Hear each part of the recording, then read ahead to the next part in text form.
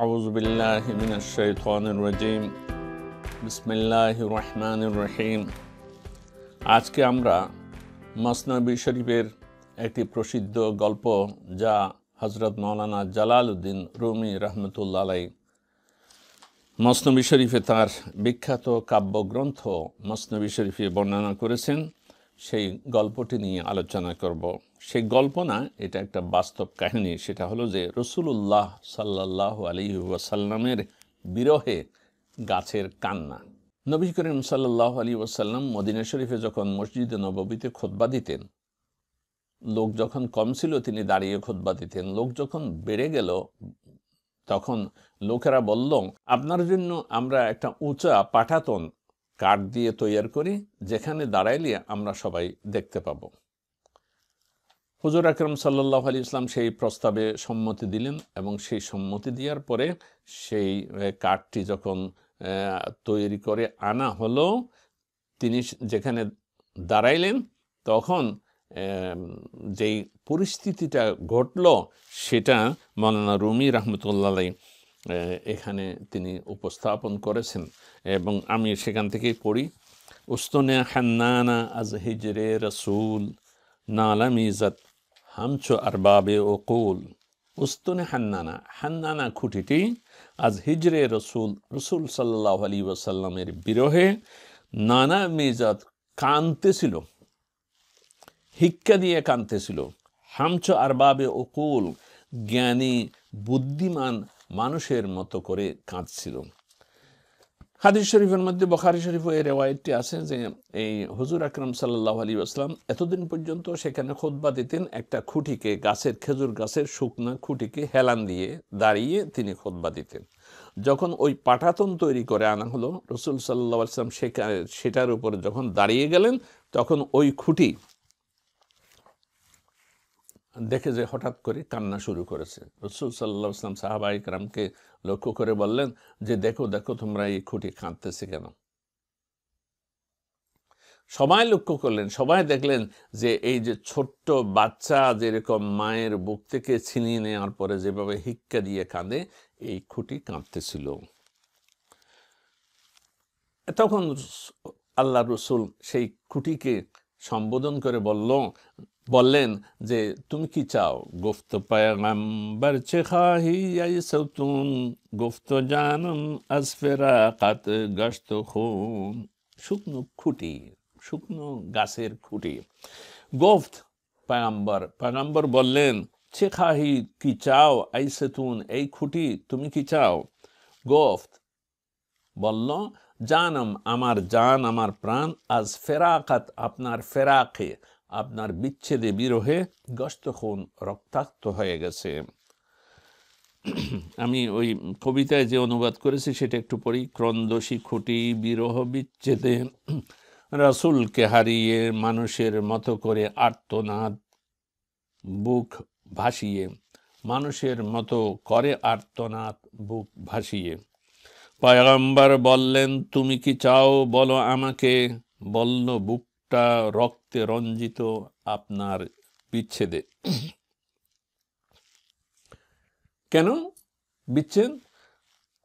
এই খুঁটি আরো ব্যাখ্যা করে বলে, মাসনাদাত মানবুদা মাজমান তাখতি বরসরে মাসনাত মাসনাদ সাখতি। আমি আপনার মাসনাদ ছিলাম, আমার উপর মাসনাদ মানে যেখানে ঠেস দিয়ে হেলান দিয়ে যেখানে দাঁড়ায়, আসন, সিংহাসন, আসন, মাসনদ, ক্ষমতার মাসনদ আমরা বলি না, এই মাসনদটাও ফার্সি শব্দ। এই মাসনদ আমি ছিলাম আপনার, আসমান তাখতি আমার থেকে আপনি সরে গেছেন, দূরে সরে গেছেন। বারসারে মাসনাদ আরেকটি মাসনাদের উপরে, আসনের উপরে, তো মাসনাদ সাখতি আপনি আসন গ্রহণ করেছেন, সেটাকে আসন বানিয়েছেন। এই কারণে আমার বিরহ, এই কারণে আমার বেদনা, বিচ্ছেদ, ক্রন্দন। আল্লাহ রসুল বুঝতে পারলেন যে এই খুঁটি শুকনা ছিল, মরা ছিল, কিন্তু আল্লাহর রসুলের যে সাহচর্য গায়ের সাথে লাগার কারণে সেই খুঁটির ভিতরে প্রাণের সঞ্চার হয়েছিল। সেই খুঁটিকে যখন এই অবস্থা বুঝতে পারলেন, তখন হুজুর আকরাম সাল্লাল্লাহু আলাইহি ওয়াসাল্লাম বললেন যে গোফত মিহা হি তোরা নখলি কুনান শারকিয়োগার বিজে তো মে ওয়েচানান। গোফত, আল্লাহ রসুল প্রস্তাব দিলেন, মিখাহি, তুমি কি চাও তোরা নাখলি কুনান, তোমাকে এমন একটা খেজুর গাছ বানানো হোক, খেজুর গাছে পরিণত করা হোক, জিন্দা, যে গাছের যে ফল অনবরত সারা বছর চলবে, 1 বছর 2 বছর নয়, কিয়ামত পর্যন্ত অহরহ তোমার ফল এখান থেকে ধরতে থাকবে, আর দুনিয়ার সমস্ত মানুষ তোমার ফল খাবে। তুমি কি সেটা চাও? শরকিয় গারবি, শরকি মানে প্রাচ্যের, গারবি মানে পাশ্চাত্যের, সবাই যেহেতু তোমার কাছ থেকে মিওয়ে চানাম, ফল ছিঁড়ে ছিঁড়ে খাবে, এরকম একটা তুমি ফল গাছে পরিণত হও, সেটা কি চাও? তার জন্য আমি দোয়া করি, সেই দোয়া অনুযায়ী তুমি তোমার এরকম একটা সৌভাগ্য হয়ে যাবে, দুনিয়ার সব মানুষকে তুমি ফল খাওয়াইতে পারবা।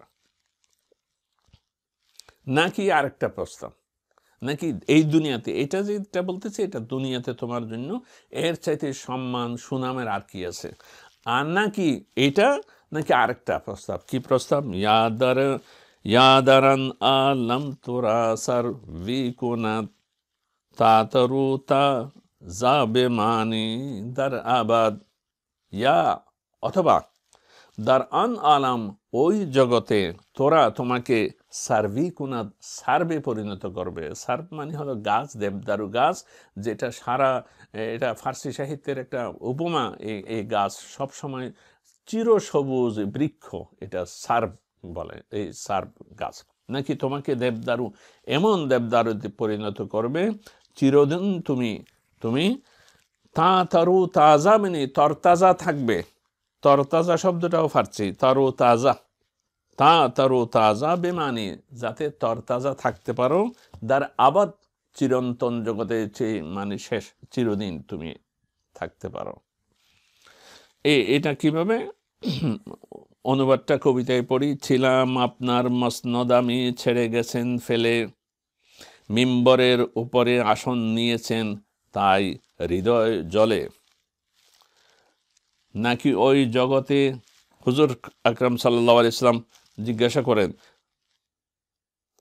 হুজুর আকরাম সাল্লাল্লাহু আলাইহি ওয়াসাল্লাম জিজ্ঞাসা করেন, বললেন, তুমি কি চাও যে এমন খেজুর বৃক্ষ হবে, পূর্ব পশ্চিমের মানুষ আগ্রহে তোমার ফল খাবে? নাকি ওই জগতে আল্লাহ বানাবে তোমায় দেবদারু এমন, চিরদিন তুমি তরতাজা রবে, যেখানে জান্নাত কানন।